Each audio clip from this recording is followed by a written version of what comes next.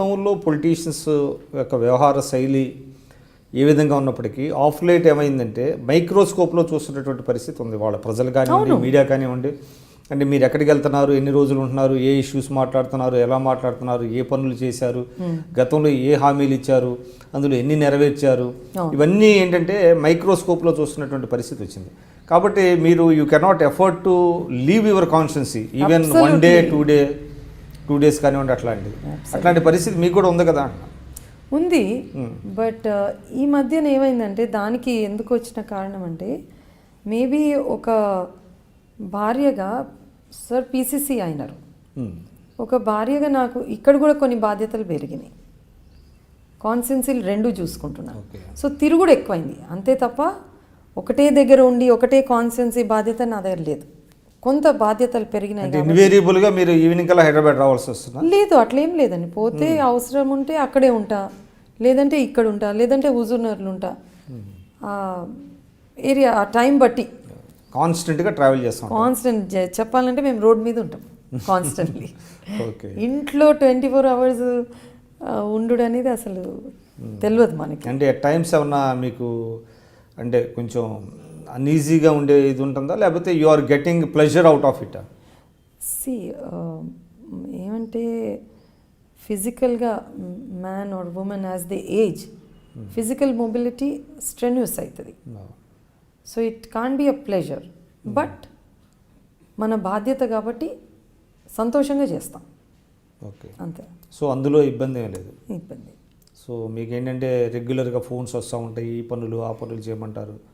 So ఇవన్నీ కూడా మీరు అటెండ్ అవ్వటం అనేటువంటిది కొంచెం స్ట్రెన్యూస్గా ఉన్నప్పటికీ కూడా ఒకప్పుడు నేను అసలు విరామం లేకుండా తిరిగేదండి. ఇప్పుడు 20 years తర్వాత కొంచెం బాడీ కూడా బయోలాజికల్ క్లాక్ ఎస్పెషలీ ఉమెన్కి కొంచెం ఉంటుంది. సో అంత అది డెఫినెట్గా ఉంటుంది. కానీ దాన్ని ఇప్పుడు మనకంటే సీనియర్స్ కూడా తిరుగుతున్నారు. గీతారెడ్డి లాంటి వాళ్ళు చాలా ఏజ్డ్ మనకంటే. బట్ సరే, ఉమెన్కి తన ఉన్న ఇది మాత్రము సిన్సియర్గా చేస్తాం మేము మా పని. అండ్ దేర్ ఇస్ నో దాంట్లో అనుమానం లేదు. మీకు ఎవరండి స్ఫూర్తి? అంటే ఇప్పుడు మీరు అన్నారు జస్ట్ గీతారెడ్డి గారు, she is a very senior politician. మీకు ఎవరైనా ఉన్నారు అట్లాగా ఆదర్శం రాజకీయాల్లో మహిళలకు సంబంధించి? మహిళల్లో ఆఫ్ కోర్స్ మా ఓన్ పార్టీలో చెందిన ఇందిరాగాంధీ గారి గురించి సోనియా గాంధీ గారు కానీ ఎవ్రీ మహిళ యాక్చువల్లీ పార్టీ కంటే ఎక్కువ మహిళకు ఉన్న ఇబ్బందులు ఎనీ ఫీల్డ్లో అవి సపరేట్గా ఉంటాయండి. సో ఈ నాకు ఒక నార్మల్ వర్క్ మహిళ ఎవరైతే పొలం పనులకు పోయి కూడా వచ్చి అంత కష్టపడి ఒక మంచి విలువలను తన ఫ్యామిలీకి ఇచ్చిన అక్కడి నుంచే వారు నాకు స్ఫూర్తినిస్తారు to the great leaders. So నాకు ఎవరైనా సరే సిన్సియర్గా వాళ్ళ ప్రాబ్లమ్స్ అధిగమించుకొని తన ఫ్యామిలీకి కానీ తన పిల్లలకు కానీ సమాజం కానీ చేస్తే వాళ్ళే నాకు స్ఫూర్తి. మన ఇండియన్ ఉమెన్ ఐడియల్ అండి. దానికి ఎన్ని కష్టాల్లో ఉన్నా సరే, ఫ్యామిలీ నెగ్లెక్ట్ చేయరు, ఎకనామిక్ బ్యాక్గ్రౌండ్ ఏది ఉన్నా సరే, ఒక ఇండియన్ లేడీ ఎస్పెషల్లీ ఇండియాలో ఇది పురుషుల ప్రభుత్వం. ఇంకా ఇండియాలో పురుషులు లేడీస్ మధ్యన చాలా తేడా ఉంటుంది. అలాంటి వ్యవస్థలో కూడా ఇండియన్స్ విమెన్ ఎస్పెషలీ ఇంత ముందంజలో ఉన్నారు. మొన్న మనకు కీర్తి తెచ్చిందే ఆ ఇద్దరు గోల్డ్, సింధును మన సైనా కానీ. నిన్న మొన్న బాక్సింగ్లో కూడా మళ్ళీ ఎవరు వచ్చారు, మళ్ళీ మేరీ కామ్ తర్వాత.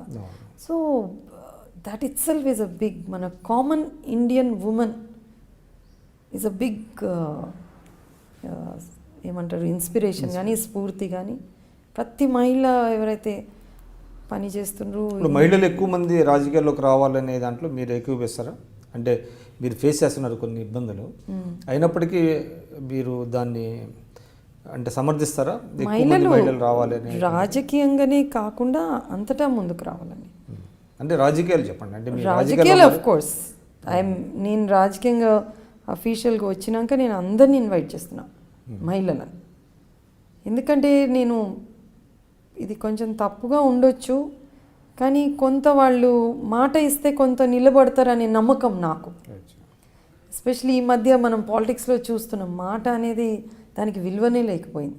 ఈరోజు ఒకటి చెప్తారు, మళ్ళీ రేపే ఇంకొక పార్టీ మారుతారు, రేపే ఇంకేదన్నా ఈరోజు చెప్పిన మాటకు విరుద్ధంగా మగవాళ్ళ కంటే ఆడవాళ్ళ తక్కువ ఉంటుంది కాబట్టి అని నా భావన. I could be wrong, but అది మళ్ళీ వస్తే వ్యక్తిగతంగా చేస్తారు. కానీ జనరలీ మాతృత్వం ఇది వస్తుందంటారా? 33% రిజర్వేషన్స్ అంటే మీ కాంగ్రెస్ పార్టీ రాజ్యసభలో ప్రవేశపెట్టారు, బట్ అది చట్టంగా వచ్చే అవకాశం ఉందంటారా? వచ్చే అవకాశం ఉందని నేను గట్టిగా నమ్ముతున్నాను. బికాజ్ ఇక్కడే భారతదేశంలో కాకుండా అంతటా కూడా మహిళా ఎంపవర్మెంట్ కోసం అందరూ మాట్లాడుతున్నారు కాబట్టి ఇక్కడ కూడా వస్తుందని నా గట్టి నమ్మకం. మొన్ననే వీళ్ళు మరి విమెన్ ఎంపవర్మెంట్ మీదనే మెయిన్ థీమ్ పెట్టి మన సమ్మిట్ కూడా పెట్టారు మన హైదరాబాద్లోనే, ప్రపంచ పారిశ్రామికవేత్తల సదస్సు, గ్లోబల్ ఎంటర్ప్రెన్యూర్ సమ్మిట్ అని. సో స్లోగా వస్తుంది ఆ డైరెక్షన్లో, లెట్ అస్ హోప్.